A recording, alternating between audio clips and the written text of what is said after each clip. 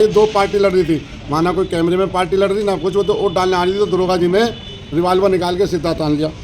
दो तीन लोग आपस में ही, जैसे आसपा का प्रत्याशी था, समाजवादी के प्रत्याशी थे और ओवैसी के प्रत्याशी थे, उनमें आपस का टकराव था। आपस के टकराव के कारण ये सब स्थिति उत्पन्न हुई।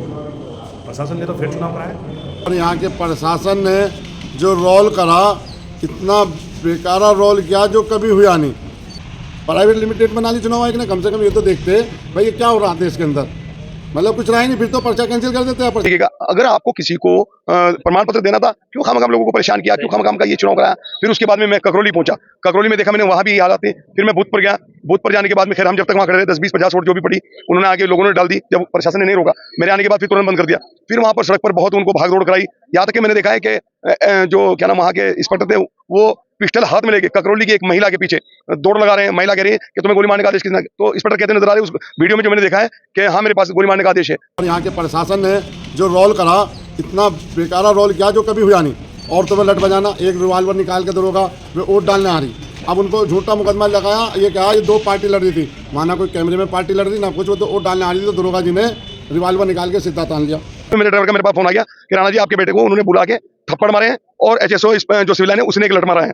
तो फिर उसके बाद में मैंने आगे पूछा, मैंने कहा साहब इस तरह के एक बच्चा है 9th क्लास का, 13 साल की उम्र है, आप उस पर ये जुल्म क्यों किया। उसके इतना मेरे कहने पे फिर तो बच्चे के ऊपर ऐसे टूट पड़े कि उसके साथ में जितना अत्याचार हुआ ऑन कैमरा आपने देखा है। सारी चीजें मुझे कहने की जरूरत नहीं। एक क्रिमिनल जैसा व्यवहार मेरे बेटे के साथ किया गया। मेरा बेटा सदमे में, क्योंकि 9th क्लास में। मैं चाहता हूँ कि वक्त रहते हुए उन सब पर कार्रवाई होनी चाहिए कानूनी। और इंचार्ज है ककरौली, अब मैं पूछना चाहूँगा उन दरोगा पे गाली कैसी कैसी गंदी दे रहा।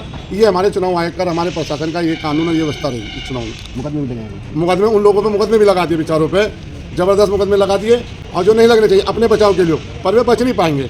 चाहे लड़ाई हमारे राष्ट्रीय अध्यक्ष ने कहा कहीं तक की भी लड़ाई लड़े, वो बच नहीं पाएंगे। ऐसा जुर्म करना, मतदाता आयोग का वोट डालो, चुनाव आयोग का वोट डालो, चुनाव आयोग सो रहा। मैं पहले दिन कहा था कहाँ पड़े हो चक्कर में, कोई नहीं है टक्कर। मिथिलेश पाठ 25+ से जीतू। कितने मार्जिन रहेगा जीत में? 25,000।